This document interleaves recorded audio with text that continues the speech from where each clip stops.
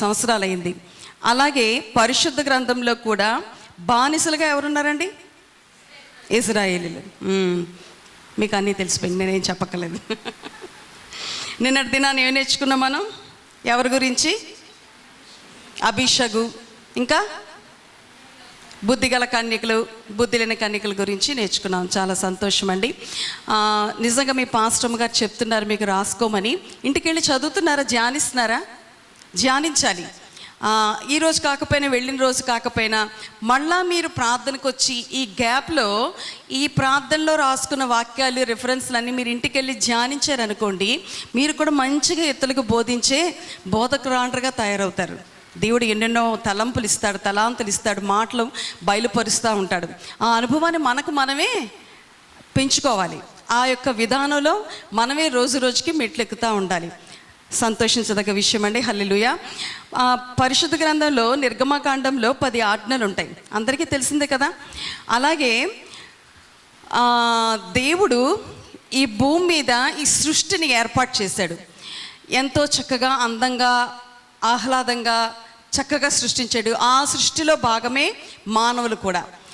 Multi talented సృష్టిలో, దేవుని సృష్టిలో మల్టీ టాలెంటెడ్ ఎవరంటారు? చెప్పరా? పురుషుడా? స్త్రీలమేనండి, మనమేనండి. మనమే మల్టీ టాలెంటెడ్. అంత ఆధిక్యత దేవుడు మనకి ఇచ్చాడు, అంత గొప్పగా మనల్ని సృష్టించాడు. స్త్రీ అనుకుంటే ఏదైనా చేయగలదు, రాజ్యాలు పాలించగలదు, పర్వతాలు అధిరోహించగలదు, స్పేస్లోకి వెళ్ళగలదు. అదే స్త్రీ రాజ్యాలు కూడా కోల్చగలదు. మల్టీ టాలెంటెడ్ లేడీగా, వ్యక్తిగా మనకి చక్కగా, అందంగా దేవుడు సృష్టించాడు. అలాంటి స్త్రీలకి ఒక ప్రాముఖ్యమైన లక్షణాలు మీ ముందుంచి వాక్యంలోకి వెళ్దాం. ఒక 10 ఆజ్ఞలు దేవుడు ఎలాగైతే క్రైస్తవులకు ఇచ్చాడు, స్త్రీలకు ఉండవలసినవి. దేవుడు మనకు అనుగ్రహించిన రక్షణనంట భయముతో, భక్తితో, శ్రద్ధతో ముందుకు కొనసాగించాలి. ప్రతిరోజు కూడా నీ ఆత్మతో నన్ను నింపు ప్రభువా, పరిశుద్ధాత్మతో నన్ను నింపు ప్రభువా అని అడగాలి. పరిశుద్ధాత్మతో నింపబడినప్పుడు, ప్రార్థించినప్పుడు, దేవుడు ఇచ్చినప్పుడు, ఆత్మీయ పరిశుద్ధాత్మ వరాలు పొందుకునేటప్పుడు వాటిని మనం దేవుని చిత్తంలో, దేవుని అర్హమైన పాత్రగా వాడుకో ప్రభువా అని మనం ప్రార్థన చేయాలి. చూడండి, ప్రతిరోజు మనం పాలు పుచ్చుకుంటాం కదా, పాత్రలు కడిగి బోర్లిస్తాం. మళ్ళీ పాలు పోసుకునేటప్పుడు పాత్ర బాగుందా లేదా చూస్తాం, అవునా కదా? మళ్ళీ పాలు పాడైపోతాయని. కాబట్టి యజమానుడు వాడుకునే అర్హమైన పాత్రగా నేను ఉండాలి ప్రభువా అని మనం ప్రార్థించాలి. అంతేకాకుండా వాక్యానుసారంగా జీవించాలి, సత్యముగా ప్రవర్తించాలి, మన హృదయం సత్యముతో నింపబడుతూ ఉండాలి. ఇతరులను మనకంటే యోగ్యులుగా ఎంచుకోవాలి. ఒకవేళ బోధించేవారు కానీ ఎవరైనా ఉంటే, సేవలో ఎవరైనా ఉంటే, వినుచున్న వారు మనకన్నా యోగ్యులైన వారు, జ్ఞానం కలిగిన వారు వినుచున్న వారిలో ఉన్నారని గ్రహింపుతో మనం ఉండాలి. అంతేకాదు, మన నోటంట అబద్ధాలు ఉండకూడదు, గొప్పలు చెప్పుకోకూడదు, మనల్ని మనం ఘనపరుచుకోకూడదు. దేవునినే ఘనపరచాలి, దేవునినే మహిమపరచాలి. ముందుగా మనం ఇంటిని గెలవాలి. ఇంటి రక్షణ కొరకు, ఇంటి వారందరి రక్షణ కొరకు మనం ప్రార్థన చేయాలి. మనం అనేక మాటలు చెబుతూ ఉంటూ పిల్లలు పెడత్రోవులకు వెళ్ళిపోయి, భర్త చెడు మార్గాలకు వెళ్ళిపోతే దేవుని నామం అవమానానికి గురవుతుంది, దేవుడు బాధపడతాడు. కాబట్టి ప్రార్థన చేస్తే సమస్తం సాధ్యం. ఇంటి సాక్ష్యం ముందుగా మనం సంపాదించుకోవాలి. ప్రతిరోజు దేవునితో మాట్లాడాలి. ఉదయం లేచిన దగ్గర నుంచి రాత్రి పడుకునేదాకా మనం చాలా మాటలు మాట్లాడతాం కదా. మాట్లాడతామా? మౌనంగా ఉంటామా? మాట్లాడతాం. మరి దేవునితో ఎన్ని మాటలు మాట్లాడుతున్నాం? దేవునితో మన సంభాషణ ఎంతసేపు? వాక్యానుసారంగా జీవించాలి. ఒక సామెత ఉంది, లోకంలో ఎన్నో సామెతలు ఉంటాయి, బైబిల్లో కూడా సామెత ఉంటుంది దేవుని బిడ్డలకి. Prayerful lady never fail. ప్రార్థించే స్త్రీ అంట ఎప్పుడూ ఓడిపోదంట. కావున ప్రార్థన చేస్తూ వాక్యానుసారంగా జీవిస్తే మనం మన ఇంటిని గెలవగలం. తద్వారా దేవుని నామం ఘనపరచబడుతుంది. హల్లెలూయా. ఈరోజు బానిసలుగా ఉంటూ కూడా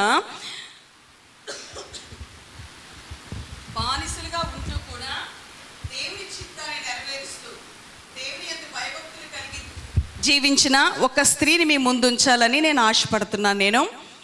మనం ధ్యానించుకునే స్త్రీ పేరు ఏంటండి? మిరియాము. మిరియాము అనగానే అందరికీ గుర్తుంచుంటుంది కదా. మిరియాము ఎవరు? మోషేకి అక్క. మిరియాము తల్లిదండ్రుల పేరు అమ్రాము, యోకెబెదు. నిర్గమాకాండము 2వ అధ్యాయము 3-4 వచనాలు. నిర్గమాకాండం.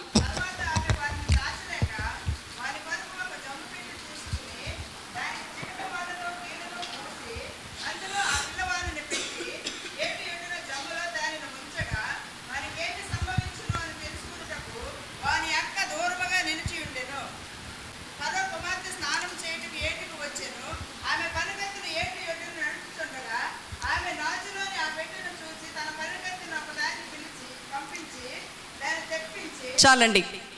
ఇక్కడ మనకి ఈ వాక్య భాగం అందరికీ తెలిసిన వాక్య భాగమే. మోషే రక్షించడంలో ప్రముఖ పాత్ర వహించింది, తల్లితో సహకరించింది మిరియాము. మిరియాములో ఉన్న కొన్ని శ్రేష్టమైన లక్షణాలు మీ ముందుంచి వాక్యాన్ని ముగించాలని ఆశపడుతున్నాను నేను. తల్లి జమ్ము పెట్టి తయారు చేసి పిల్లకు అప్పగించింది. ఎవరు? మిరియాముకి. అప్పటికి మిరియాము వయసు బహుశా 8 నుంచి 10 సంవత్సరాలు మాత్రమే ఉంటాయి.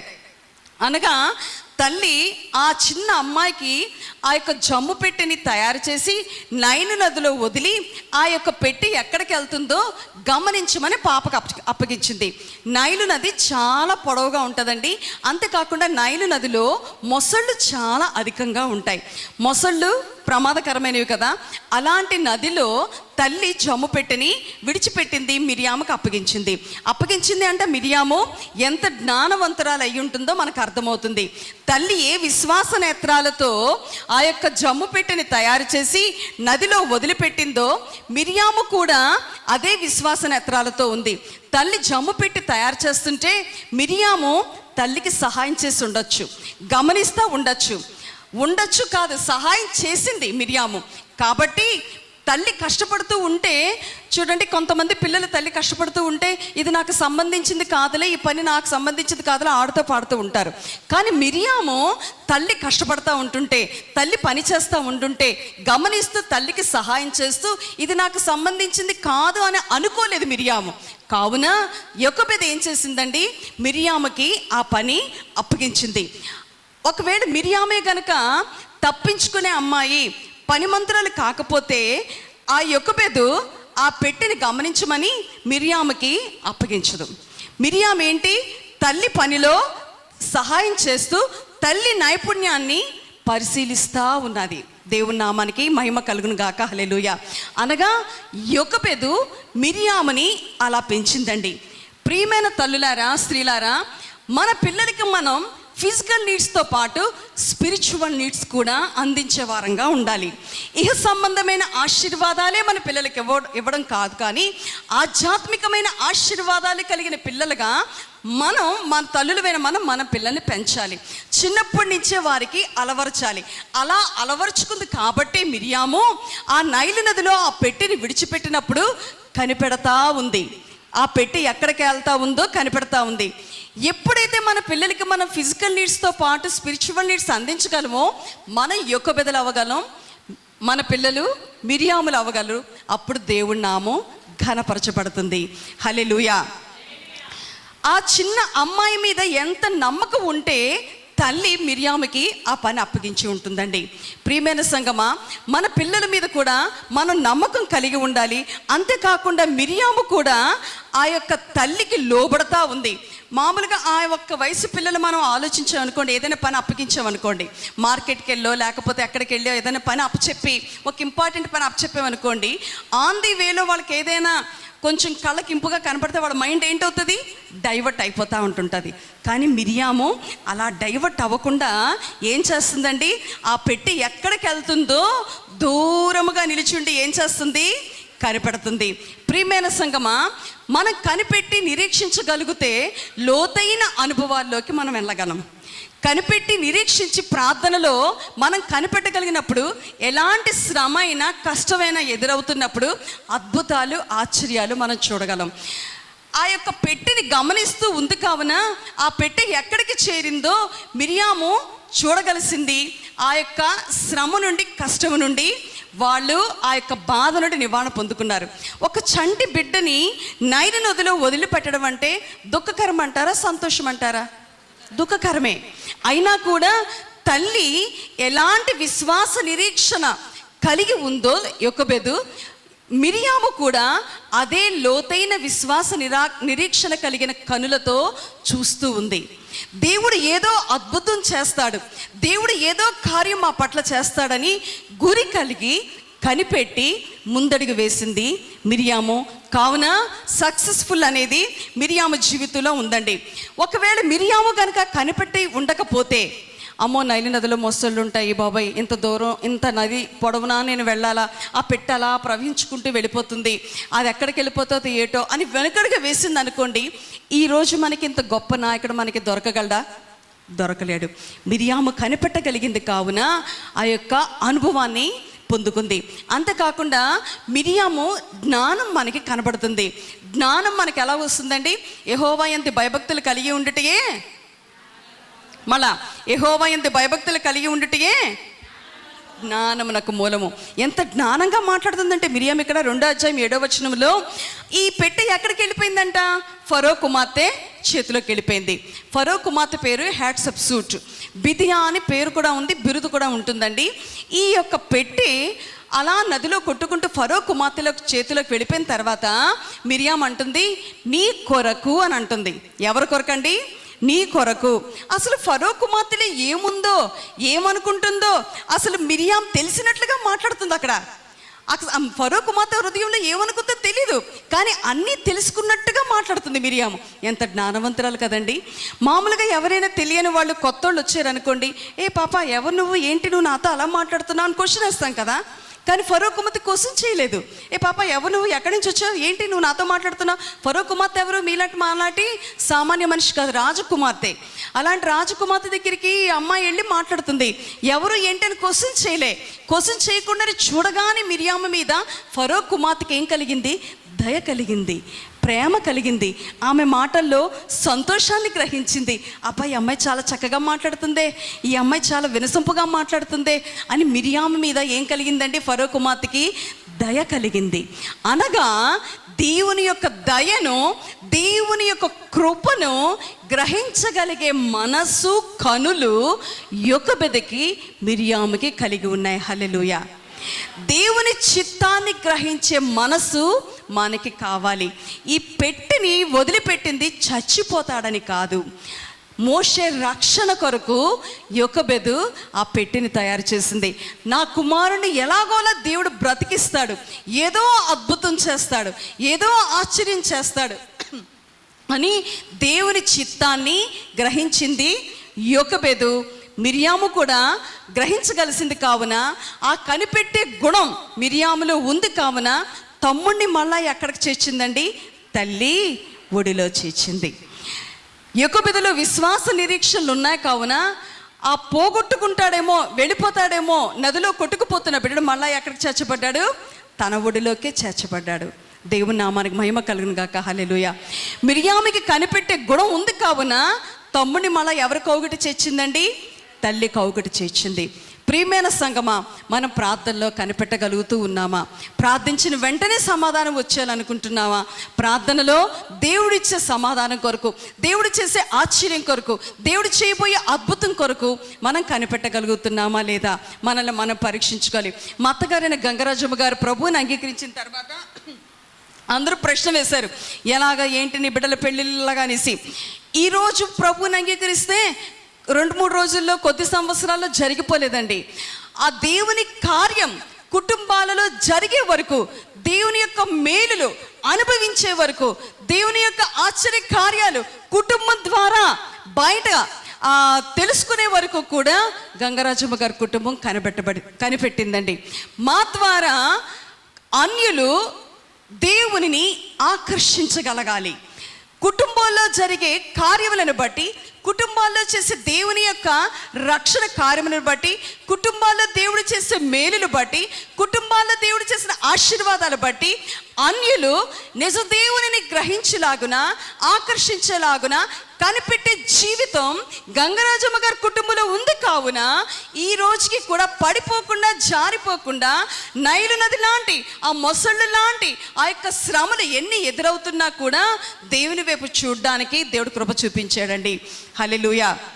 ప్రియమైన సంగమా, ఓ తల్లి, నువ్వు ఎప్పుడైతే కనిపెడతా ఉంటావో, దేవునిలో ప్రార్థనలో కనిపెడతా ఉంటావో, అద్భుతమైన ఆశీర్వాదాలు, ఆశ్చర్యాలు నీ జీవితంలో పొందుకోగలవు. తద్వారా నిన్ను ఎవరైతే చిన్న చూపు చూస్తారో, నిన్ను ఎవరైతే పనికిరాని దాన్ని అనుకుంటారో, నిన్ను ఎవరైతే వెలేస్తారో, నిన్ను ఎవరైతే పక్కకు పెడతారో, వాళ్ళు ఆశ్చర్యపడే రీతిగా నీ ద్వారా దేవుని నామం ఘనపరచబడుతుంది. హల్లెలూయా. అప్పటి వరకు మనం ఏం చేయాలండి? కనిపెట్టాలి. ఇంకొక విషయం, 2వ అధ్యాయం 7వ వచనం, అదే అధ్యాయము 7వ వచనం అలా చదవాలని మనం చేస్తున్నాం.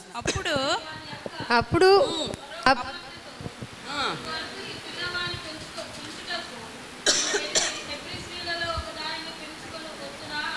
చాలండి. ఈ మిరియాం అంటుంది ఫరో కుమార్తెతో, నీ కొరకు ఈ బాబును పెంచడానికి హెబ్రీ స్త్రీలలో ఒక దాదిని తీసుకొని వత్తునా అని అంటుంది. ఆ మాటలో మనకు అర్థమవుతుంది సమయస్ఫూర్తి. ఏమర్థమవుతుంది? సమయస్ఫూర్తి, అలర్ట్నెస్ అంటే అప్రమత్తం, జాగ్రత్తగా ఉండుట, రాబోయే యొక్క ప్రమాదాన్ని గమనించి జాగ్రత్తగా ఉండుట, దాని అలర్ట్ అంటారు. చూడండి, ప్రమాదాలు వస్తున్నప్పుడు, తుఫాన్లు వస్తున్నప్పుడు, వరదలు వస్తున్నప్పుడు అలర్ట్ ప్రకటిస్తారు కదా, లోతట్టు ప్రాంతాలు ఖాళీ చేయండి లేకపోతే మునిగిపోతాయని.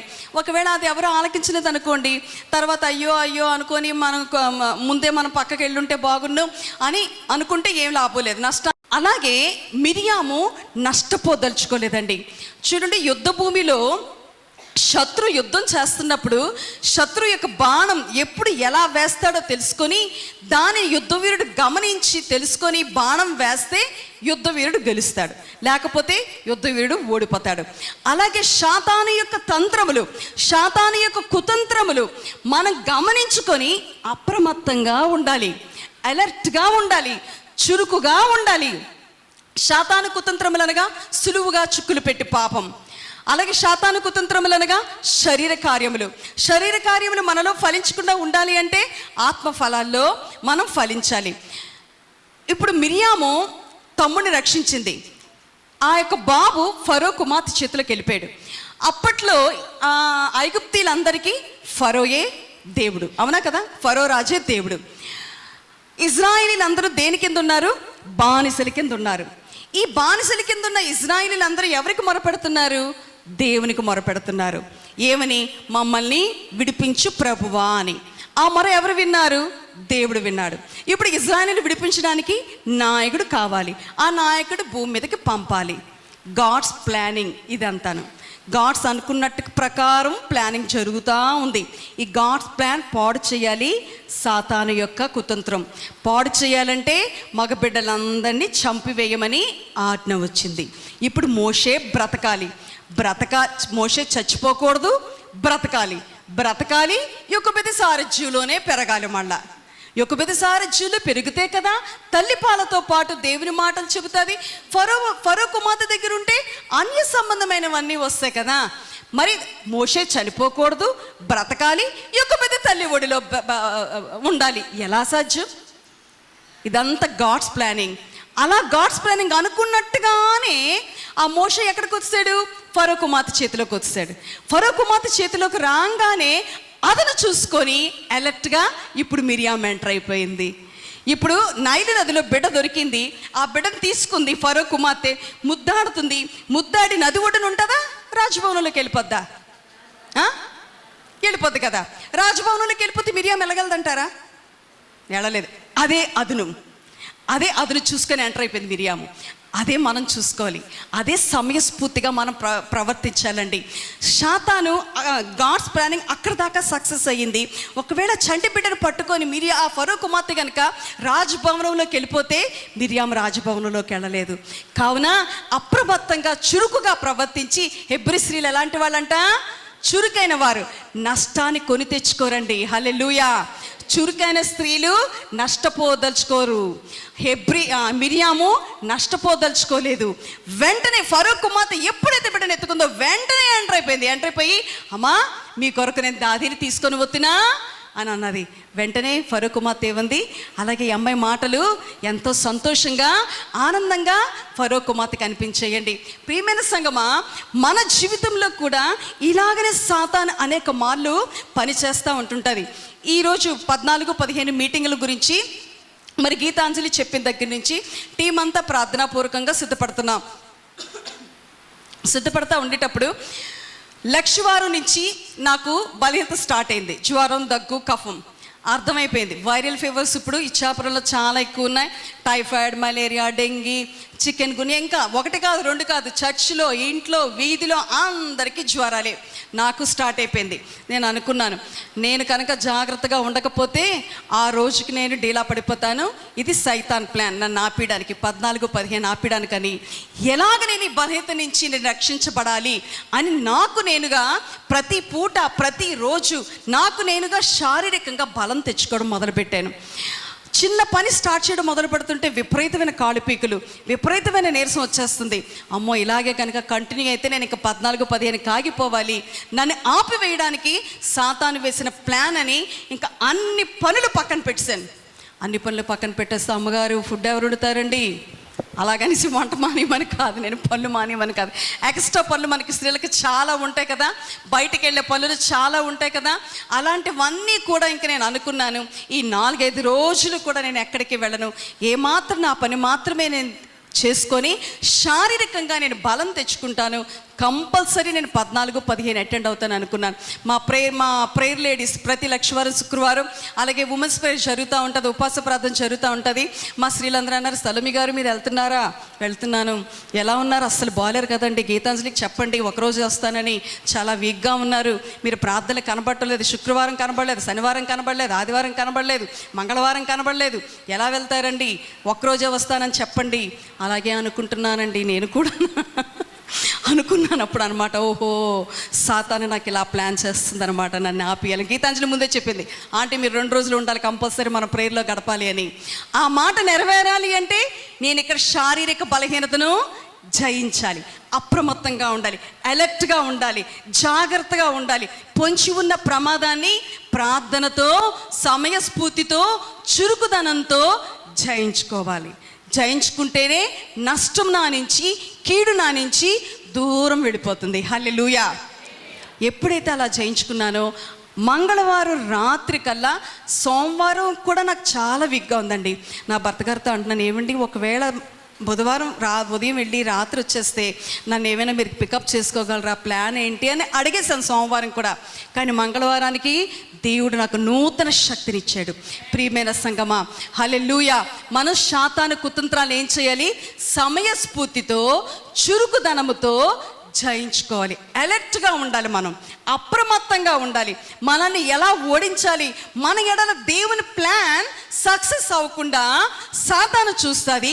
మిరియాము ఎలాగైతే తను అనుకున్నది సాధించిందో, తను అనుకున్న ప్లాన్, గాడ్స్ ప్లాన్లోకి మిరియాము వెళ్ళిపోయి ఆశీర్వాదాన్ని పొందుకుందో, సక్సెస్ చేసిందో, గెలుపును తెచ్చుకుందో, జయ జీవితం తెచ్చుకుందో, మనం కూడా ఏం చేయాలండి? సాతాను కుతంత్రాల్ని సమయస్ఫూర్తితో, ప్రార్థనతో కనిపెడుతూ జయించుకోవాలి. ఇంకొక పాయింట్ చెప్పి నేను ముగిస్తానండి. అలాగే మిరియాము హెబ్రీ గ్రంథం 11:23 ఉంటుంది. అక్కడ తల్లిదండ్రులు విశ్వాసంతో ఉన్నట్టుగా మనం గమనించగలం. అలాగే మిరియాము కూడా ఆ తల్లిదండ్రులు ఏ విశ్వాసముతో ఉన్నారో అదే విశ్వాసముతో మిరియాము కూడా ప్రవర్తించింది. కావున ఏం చేసిందండి?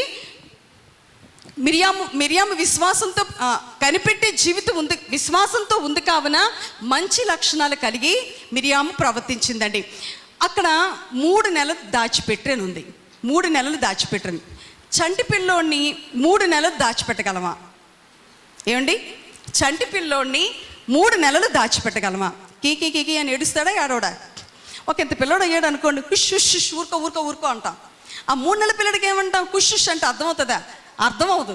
మరి ఆ 3 నెలల పిల్లని ఎలా దాచుంటారంటారు?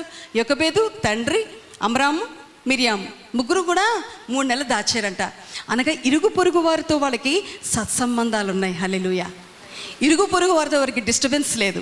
ఇరుగు పొరుగు వారు రాజుకు ఫిర్యాదు చేయలేదా? ఆ యొకబేదు ఇంట్లో బాబు ఉన్నాడండి, ఆ బాబు ఏడుస్తున్నాడండి, చంటిపిల్లాడు అరుపులు, చంటిపిల్లాడు కేకలు మాకు వినబడుతున్నాయని ఫిర్యాదు చేయలేదు. ఇరుగు పొరుగు వారితో వాళ్ళు ప్రేమతో వాళ్ళ కార్యకలాపాలు ఉన్నాయి. ఇరుగు పొరుగు వారితో హెల్ప్ చేస్తూ ముందుకు సాగిపోతూ ఉన్నారు. ప్రియమైన సంగమా, ఎప్పుడైతే విశ్వాసం మనలో ఉంటుందో మంచి ప్రవర్తన కలిగి మనం జీవించగలం, మంచి సుగుణాలతో మనం జీవించగలం. మా ప్రాంతంలో ఒకే ప్రాంతం నుంచి చర్చికి వస్తూ ఉంటారు. ఉపవాస ప్రార్థన అయితే రాత్రి ఉపవాస ప్రార్థన అయితే ఇంటికి వెళ్ళినప్పుడు అందరూ కలుసుకొని వెళ్ళొచ్చు అంటే మాటలు లేవండి అంటారు. మాటలు లేపడం ఏంటి? అందరూ ఒకే ప్రాంతం నుంచి వస్తున్నారు కదా, దేవుని బిడ్డలు కదా, మాటలు లేపడం ఏంటి? అనగా ఇరుగు పొరుగు వారితో మనం ఎలా ఉండాలండి? సత్సంబంధాలు కలిగి ప్రేమతో వ్యవహరించుకుంటూ వారితో మన డైలీ లైఫ్ ఏంటంటే మంచి ప్రవర్తన, మన మాట కానీ, ఆలోచన కానీ, క్రియ కానీ, చూపు కానీ, ఏదైనా కూడా మన జీవన విధానం మన ఇరుగు పొరుగు వారితో సత్సంబంధంగా ఉంటే ఏంటంటే మంచి లక్షణాలు మనం బయలుపరచగలం. ఎప్పుడు వస్తుంది? మనలో విశ్వాసం ఉంటే ఈ మంచి ప్రవర్తన మనం ప్రవర్తించగలం. హల్లెలూయా. యోకోబెదులో ఈ విశ్వాసం ఉంది కావున, అదే విశ్వాసం మిరియాములో ఉంది కావున మంచి లక్షణాలు కలిగిన అమ్మాయిగా మిరియాము కనబడిందండి. మిరియాములో కనిపెట్టే గుణం ఉంది కావున, మిరియాములో విశ్వాసం ఉంది కావున కనిపెట్టే గుణాన్ని అలవర్చుకుంది. మిరియాములో సమయస్ఫూర్తితో జ్ఞానంగా ప్రవర్తించింది కావున తమ్ముడు మళ్ళా ఎక్కడికి చేర్చబడ్డాడండి? అమ్మ ఒడిలో చేర్చబడ్డాడు. హల్లెలూయా. మిరియామంట అద్భుతమైన సింగర్. 15వ వచనం అనుకుంటా, 15వ అధ్యాయము నిర్గమాకాండం 15వ అధ్యాయం 20వ వచనంలో ఉంటుంది. అక్కడ అనేక మంది స్త్రీలను నడిపించినట్టుగా ఉంటుంది. ప్రపంచంలోనే ఫస్ట్ వర్షిప్ లేడీ, ప్రపంచంలోనే ఫస్ట్ లేడీ లీడర్ మిరియాం. అర్థమైందండి? అలాంటి ప్రవక్తి అనేక మంది స్త్రీలను నడిపించిన మిరియాము. ఇంచుమించుగా ఎంతమంది స్త్రీలను నడిపించింది ఉంటారు? మీ చూసాయిగా చెప్పండి. మిరియాం అక్కడ ఉంటుంది, స్త్రీలందరూ ఆమెను వెంబడించిరి అని. ఎంతమంది స్త్రీలను నడిపించిందంటారు? బోల్డ్ మంది, లక్షల మంది. ఇంతమంది లక్షల మందిని నడిపించిన ఈ మిరియాము జీవితంలో చివరాఖరికి దేవుణ్ణి బాధ పెట్టే లక్షణం ఉందండి. ప్రియమైన సంగమా, నువ్వు ఎంత పాటలు పాడినా, నువ్వు ఎంత భక్తిగా ఉన్నా, ఎంత ప్రార్థన చేసినా, ఎన్ని సంఘాలు నడిపిస్తున్నా, ఎంత సేవ చేస్తున్నా, ఎంత మందిని బలపరుస్తున్నా కూడా ప్రాణం ఉన్నంత వరకు కూడా నీ డైలీ లైఫ్లో దేవునికి మచ్చ తెచ్చే బ్రతుకు నీలో ఉండకూడదు. చిన్న విషయంలో మిరియాం తప్పిపోయిందండి. అసలు మోషే బ్రతకడానికి కారణం ఎవరంటారు? మిరియాం. అసలు మోషే తల్లి ఒడిలో చేర్చబడ్డానికి కారణం ఎవరంటారు? మిరియాం. ఇలాంటి మిరియాం అంట మోషేతో దేవుడు మాట్లాడుతుంటుంటే చూడలేకపోయిందండి. సంఖ్యాకాండం 12:1-2 వచనాలు ఉంటుంది, ఇంటికి వెళ్ళి చదువుకోండి. సంఖ్యాకాండం 12:1-2 వచనాలు. మోషేతో దేవుడు మాట్లాడుతుంటుంటే, ఏంటి మా తమ్ముడితోనే దేవుడు మాట్లాడాలా? ఏం మాతో మాట్లాడ్డా? మా తమ్ముడికేనేంటి అన్నీ చెప్పే? దేవుడు సొణుక్కుందంట, గొడుక్కుందంట. యెహోవా ఆ మాట వినేను అని క్లియర్గా వ్రాయబడి ఉంటుంది.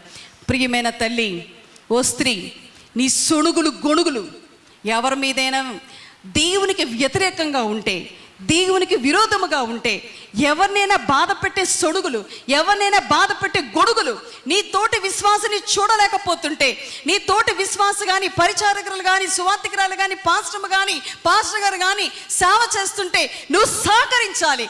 సహకరించకపోతే వాళ్ళే చెయ్యాలా? వాళ్ళే ముందుండాలా? వాళ్ళతోనే దేవుడు మాట్లాడా? వాళ్ళే మైకు పట్టుకోవాలా? ఈ మాటలు కనుక నువ్వు అంటే ఆ మాటలు ఎక్కడికి వెళ్తాయంట? నేనంటలేదు, బైబిల్ చెప్తుంది. నేనంటలేదు, బైబిల్ చెప్తుంది. దేవుడు ఆ మాటలు వింటాడు. ఏమైందండి? ఏమైంది ఆ మాటలు వింటే? పోలే, మిరియాం నైలు నదిలో మొసళ్ళ మధ్య పిల్లల్ని రక్షించింది, ఎంత డేరింగ్ అండ్ డాషింగ్ లేడీ అని వదిలేశాడా దేవుడు? ఎంత జ్ఞానంగా ప్రవర్తించింది. చిన్న వయసులో తల్లికి అంత సహకరించింది. ఆ వయసు పిల్లలు ఆడుకుంటూ పాడుకుంటూ ఇష్టానుసారంగా తిరుగుతారు. అలాంటి మిరియాము తల్లి మాటకు లోబడింది, చెప్పింది చేసింది. చిన్న పొరపాటు వదిలేశాడా? వదలలేదు. ఏమొచ్చింది? కుష్ఠొచ్చింది. ఊరికి వెళ్ళిపట్ట బయటికి పంపించేశారంట మిరియాముని. ప్రవక్తి కదా, సింగర్ కదా, నాయకురాలు కదా. ఊరుకున్నారా సమాజం? దేవుడు ఊరుకున్నాడా? బయటికి పంపించేశారు. చిన్న పొరపాటు. ప్రియమైన సంగమా, మన ప్రాణం ఉన్నంత వరకు కూడా, బ్రతుకు పర్యంతం కూడా ఏం చేయాలండి? దేవునికి ఇష్టమైన బ్రతుకు మనం జీవించాలి. ఏ విషయంలో కూడా మనం తప్పిపోకూడదు. మిరియాములో కనిపెట్టే గుణం ఉంది, సమయస్ఫూర్తి ఉంది, జ్ఞానవంతురాలు, చురుకుగా ఉంది, విశ్వాసంలో స్థిరపడింది. ఇన్ని లక్షణాలున్నా కూడా చిన్న విషయంలో తప్పిపోయింది. మళ్ళా మిరియాం కొరకు ఎవరు ప్రార్థన చేశారు? మోషేయే ప్రార్థన చేశాడు. ఆ సంఖ్యాకాండ 12వ అధ్యాయం అంతా చదివితే మీకు బాగా అర్థమవుతుంది. మోషే ప్రార్థన చేస్తే మిరియాము బాగుపడింది, మళ్ళా సమాజంలో చేర్చబడింది. చివరగా మిరియాము అంత భయభక్తులుగా ఎదుగుటకు కారణం తల్లి. మిరియాము జ్ఞానవంతురాలుగా తీర్చబడుటకు కారణం తల్లి. మిరియాము తమ్ముడిని రక్షించడంలో పాత్ర ఉండుటకు కారణం తల్లి. ఐగుప్తు పద్ధతులకు దాసోహం కాకుండా, ఈ మాట మర్చిపోయిన సమయం చూపిస్తుంది నాకు టైము. యొకోబేదు ఎక్కడ పుట్టిందంట? ఐగుప్తు దేశంలో పుట్టింది. మిరియాము కూడా ఐగుప్తు దేశంలోనే పుట్టింది. ఐగుప్తు పద్ధతులకు కానీ, ఐగుప్తు విగ్రహారాధనకి కానీ, ఐగుప్తు కట్టుబాట్లకు కానీ దేనికి వాళ్ళు లోబడలేదు. ఎవరు? యొకోబేదు కానీ, మిరియాము కానీ. అప్పటికి ధర్మశాస్త్రం ఉందా వాళ్ళకి? మనకి బైబిల్ ఉంది. మనకి బైబిల్ ఉందా లేదా? మరి యొకోబేదు మిరియాము దేవుని యందు భయభక్తులుగా ఉండడానికి ధర్మశాస్త్రం ఎక్కడిది? ధర్మశాస్త్రం మోషే తర్వాత వచ్చిందిగా. మరి ధర్మశాస్త్రం ఎక్కడిది? పితరులు చెప్తున్నారు. అబ్రహాం, ఇస్సాకు, యాకోబులు వీళ్ళందరూ ఏం చెప్తున్నారండి? తరతరాలు కూడా దేవుని యందు భయభక్తులు కలిగి జీవించడం, దేవుని గొప్పదనం, దేవుని మహిమ వాళ్ళు చెబుతున్నారు. తరతరాలు కూడా వాళ్ళు ఆచరిస్తూ కూడా తల్లి పిల్లకి చెబుతూ ఉంటున్నారు. కావున వాళ్ళు ఎలా ఎదిగారండి? దేవుని యందు భయభక్తులతో ఎదిగారు. కాబట్టి ఐగుప్తు పద్ధతులకు వాళ్ళకు దాసోహం కాలేదు, ఎడిక్ట్ కాలేదు. ప్రియమైన సంగమా, ఇప్పుడు కాలంలో ప్రస్తుత జనరేషన్ చూస్తే ఊరు దాటితే చాలు, సిటీకి వెళ్తే చాలు, అబ్బో పద్ధతులు, భక్తి అన్నీ మారిపోతున్నాయి. ఇంకా దేశం దాటితే పాశ్చాత్య విషయాలకు అలవాటు పడిపోయి పూర్తిగా మారిపోతున్నారు. కానీ మిరియాము, యొకోబేదు ఐగుప్తు దేశంలో పుట్టినా కూడా, ఆ వచనం ఎక్కడుంటుందంటే సంఖ్యాకాండంలో ఉంటుందండి. సంఖ్యాకాండము 26:59 చదివితే, సంఖ్యాకాండం 26:59 చదివితే యొకోబేదు, మిరియాము ఇద్దరు కూడా ఐగుప్తు దేశంలోనే పుట్టారు. అయినా కూడా వాళ్ళు ఏంటంట? ఐగుప్తు పద్ధతులకు దాసోహము కాలేదు, ఐగుప్తు కట్టుబాట్లకు, ఆచారాలకు దాసోహం కాలేదు. దాసోహం కాకుండా దేవుని యందు భయభక్తులతో, దేవుని మీద ఆధారపడుతూ, దేవునితో సంభాషిస్తూ, దేవునితో మాట్లాడుతూ, దేవుని చిత్తాన్ని గ్రహిస్తూ ముందుకు వెళ్ళారు. ఎవరు ఎవరు ఎవరు ఎవరు ఎవరు యొకోబేదు, మిరియాము. మిరియాము మీద ప్రభావం ఎవరిది? మిరియాము మీద ప్రభావం ఎవరిది? తల్లిది. ప్రియమైన తల్లి, నీ ప్రభావం నీ పిల్లల మీద ఎలా ఉంది? ఒక్క మాట చెప్పి నేను ముగిస్తానండి. మా అమ్మమ్మ గారు ప్రభువుని అంగీకరించిన తర్వాత, మా అమ్మమ్మ గారు ప్రభువుని అంగీకరించక ముందు తన ఇష్టదైవాన్ని కొలుచుకుంటూ ఉన్నారు. తర్వాత ప్రభువుని అంగీకరించారు. ఎప్పుడైతే ప్రభువుని అంగీకరించారో దేవుని మీద ఆధారపడటం నా తల్లికి నేర్పారు. ఏ కష్టమైనా, ఏ నష్టమైనా, ఏదైనా కూడా దేవుని మీదే ఆధారపడాలి, దేవునితో సంభాషించాలి, దేవునితో నీ కష్టం, బాధ చెప్పుకోవాలని మా అమ్మకి నేర్పింది. మా అమ్మ నాకు నేర్పింది. ఏమని? బంధువులు ఉండొచ్చు, డబ్బు ఉండొచ్చు, అధికారం ఉండొచ్చు, అన్నీ ఉండొచ్చు, కానీ నీకు ఏదైనా సంభవించినా, ఏదైనా నీ జీవితంలో ఏర్పడినా, నీకేదైనా కొరత కలిగినా, నీకు ఏం కావాలన్నా కూడా దేవునితో మాట్లాడుట, సంభాషించుట, ఆధారపడుట, దేవుని చిత్తం గ్రహించుట, ఇవి నా తల్లి నాకు నేర్పింది. నేను ఎవరికి నేర్పాను? నా కుమార్తెకి నేర్పాను. తరతర ఆశీర్వాదం అంటే ఇదే. మీ ఆస్తిపాస్తులు, వెండి బంగారాలు, భూములన్నీ మీ పిల్లలకి ఇవ్వచ్చు, కానీ దేవునిలో మీ పిల్లల్ని పెంచుట తరతరముల నుండి ఇది మీ పిల్లలకి నేర్పాలి. యొకోబేదు, మిరియాము ధర్మశాస్త్రం లేకపోయినా తరతరాలు ఇది నేర్చుకున్నారు. కావున వాడు పడిపోలేదు. ప్రియమైన సంగమా, తల్లులుగా ఇక్కడ అందరూ ఉన్నారు. మీరందరూ మేను యొకోబేదులు అవ్వాలంటే, మన పిల్లలు మిరియాములు అవ్వాలంటే, మన దేవుని చిత్తాన్ని గ్రహించాలి, కనిపెట్టే గుణం కలిగి ఉండాలి, సమయస్ఫూర్తితో ప్రవర్తించాలి, విశ్వాసంతో ముందడుగు వేయాలి, దేవుని చిత్తాన్ని గ్రహించే మనసు మనకుండాలి. దేవుడి మాటలు దీవించును గాక. ఆమె. చిన్న ప్రార్థన. ప్రేమగల దేవా, దగ్గర తండ్రి, కృపామేడ, స్తోత్రం రాజు, రక్షకాన్ని కొందనాలు అర్పిస్తున్నాను తండ్రి. నిన్న నేడు నిరంతరము ఏకరీతిగా ఉన్న దేవాన్ని కొందనాలు అర్పిస్తున్నాను తండ్రి. ప్రభు రాజా, యొకోబేదు తండ్రి ప్రభ కుమార్తె అయిన మిరియాము నుండి శ్రేష్టమైన లక్షణాలు మేము నేర్చుకోవడం కృప చూపించాం. ఇంత గొప్ప నాయకురాలు, ప్రవక్త అయిన మిరియాము తండ్రి ప్రభ చివరాఖరిలో పడిపోయిందయ్యా. అయ్యా తండ్రి ప్రభ, మా జీవిత పర్యంతం కూడా, మా ప్రాణం ఉన్నంత వరకు కూడా ప్రభ, దేనిని బట్టి మేము గర్వించక, అతిశయించక, చూడనిది తను మాలో లేకుండా ప్రభా, నీకు ఇష్టమైన గుణగణాలు, శ్రేష్టమైన లక్షణాలు మేము అలవర్చుకొని ప్రభా, మా జీవితం ద్వారా నేను ఎత్తి చూపే బిడ్డలుగా మేమందరము బ్రతుకుటకు కృప చూపించమని ప్రార్థిస్తూ, వాక్యపు దీవెనలు ప్రభా మంచి నేలపడిన విత్తనం వలె నూరంతల ఫలం అందరిలో ఫలించుటకు కృప చూపించమని ప్రార్థిస్తూ యేసు నామమును బట్టి అడిగి వేడుకొంచున్నాం తండ్రి, ఆమేన్.